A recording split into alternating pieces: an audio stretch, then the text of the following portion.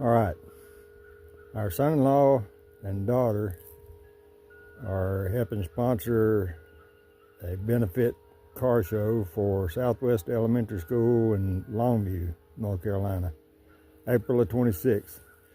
She asked me to make some trophies. If anybody that wins a trophy here sees this, I am sorry.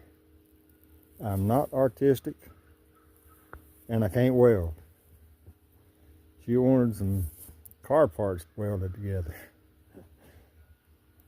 This is the best I could come up with. I think they're also going to have some motorcycles. Oh man. Again, you don't have to take the trophy. You can put them all together and use them for a boat anchor.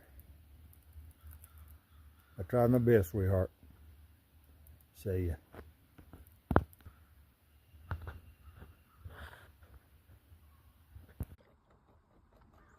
If you could consider subscribing, me and the baby bunny, you appreciate it.